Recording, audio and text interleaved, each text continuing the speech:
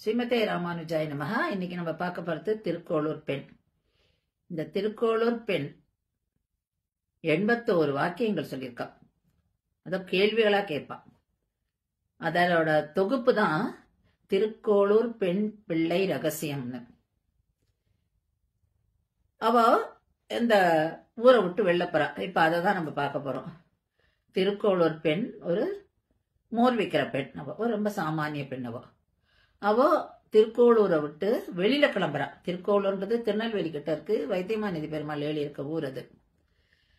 இவ தன்னுடைய மூட்டை முடிச்சோட அந்த ஊரை விட்டு கிளம்பி வெளியில வந்துட்டு இருக்கா. அப்போ சுவாமி ராமானுஜர் தன்னுடைய சிஷ்யர்களோட அந்த ஊருக்குள்ள போறார். இப்ப எதிர்க்க அந்த பெண் பாக்குற. அவருக்கு தெரிஞ்சு போச்சு இந்த பெண் ரொம்ப புத்திசாலி, இவளுக்கு நிறைய விஷயங்கள்லாம் தெரியும். அவரோட ஞானம் கேட்கவே வேண்டாம். அதுல அவர் கண்டுபிடிச்சுக்கிறார். ஆனாலும் அந்த பெண்ணை கேட்கிறார். அவர் இவ மட்டும் வெளியில போறான்னு. அப்போ அவருக்கு நம்மாழ்வார் பாசுரம் ஞாபகம் வருது.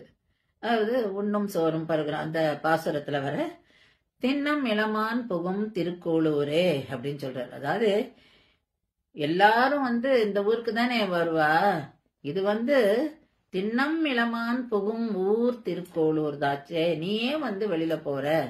எல்லாரும் இங்க பெருமாளோட கடாட்சத்தினால இங்க நன்னாவே வெளிலேன்னு வருவா. இங்க ரொம்ப நன்னாவும் இருப்பா. அப்பேற்பட்ட நீ இங்கேந்து நீ வெளியில போறியே, நீ எதுக்காக அப்படி போற அப்படின்னு கேக்குறோம். அவ தன்னை ரொம்ப தாழ்த்தின்னு சொல்வோம். அதாவது தனக்கு ஞானம் இல்ல, தனக்கு திறமை இல்ல, தன்னால ஒரு பிரயோஜனம் இல்ல, தான் எதுவுமே நல்ல காரியங்கள் பண்ணல, கைங்கரியம் பண்ணல அப்படின்னு அவளுக்கு அந்த ஒரு மன வருத்தத்துல அவ சொல்வா, நான் ஒரு முயல் புழுக்கை, இது வயலில இருந்தானே வரப்பல இருந்தானே அப்படின்னு சொல்லி கேட்போம். இப்ப நான் எதுக்குமே பிரயோஜனம் இல்லாம இருக்கிற இப்ப நான் இந்த திருக்கோளூர்ல இருக்கிறதுக்கே லாய்க்கு கிடையாது. அப்ப நான் இங்க இருந்து என்ன பிரயோஜனம், அதனாலதான் நான் வெளியில போறேன் அப்படின்னு சொல்றாரு. அவ சொல்லிட்டு 81 கேள்விகள் கேட்கிறா ராமானுஜர் கிட்ட. அதாவது சொல்றா அவ. அந்த கேள்வியில ஒன்னு ரெண்டு நம்ம பார்க்கலாம். அதாவது அழைத்து வருகிறேன் என்றேனோ அக்ரூரரை போல அப்படின்றா. அடுத்தது அகமொழிந்து விட்டேனோ விதுரரை போல அப்படின்றா. தசமுகனை செற்றேனோ பிராட்டியை போல அப்படின்றா. ஏதேனும் என்றேனோ குலசேகரரை போல அப்படின்றா. வாயில் கை விட்டேனோ எம்பாரை போல அப்படின்றா. அதாவது இதெல்லாம் நம்ம கவனிச்சு பார்த்தோம்னாக்கா ராமாயணத்திலிருந்தும் மகாபாரதத்திலிருந்தும் ஆழ்வார்கள் சரித்திரத்திலிருந்தும் ஆச்சாரியர் சரித்திரம் அவ கேட்டிருக்கா. அப்போ அவளுக்கு என்ன ஒரு ஞானம் இருந்தா அது சம்பந்தமாவே அவ எல்லாமே கேட்டிருக்கா. அப்ப அந்த விஷயம் தெரிஞ்சிருக்கு அவளுக்கு.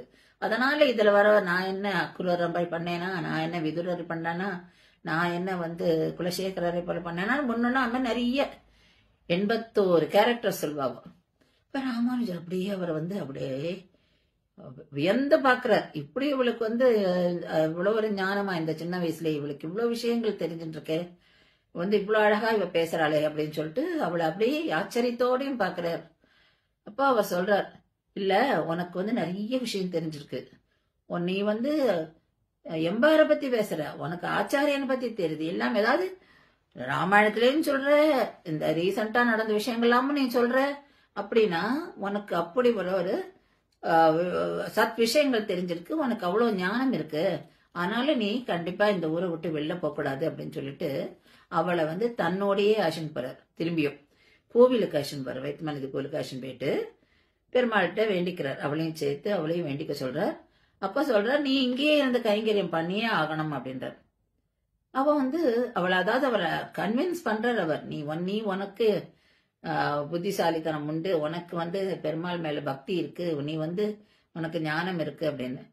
அப்புறம் அவளை என்ன சொல்றாருன்னா, சரி வா நம்ம உன்னோட வீட்டுக்கே போகலாம் அப்படின்றார்.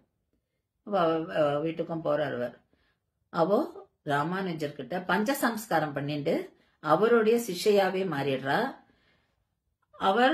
அவ என்ன தளி பண்ணி போட்டாலும் அதையும் சாப்பிட்டுட்டும் வர்றார் அவர்.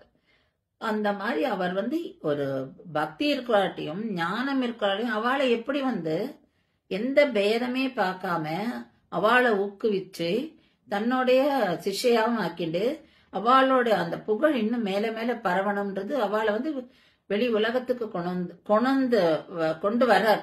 அது அப்பதான் நமக்கெல்லாம் இன்னைக்கு நம்ம அவளை பத்தி பேசுறோம்னா அவரால் தானே. ஸோ இப்பேற்பட்ட இந்த திருக்கோளூர் பெண்ணின் அந்த ரகசியத்தை நம்ம வந்து கண்டிப்பா, அதாவது பெண் பிள்ளை ரகசியம்னு இருக்கு அந்த புக்கு, அதை வந்து நம்ம படிக்கணும். ஒன்னொன்னுமே அவ்வளவு அருமையா இருக்கும் அவ கேட்கிற ஒரு கேள்வியும். ஸ்ரீமதே ராமானுஜாய நமஹ.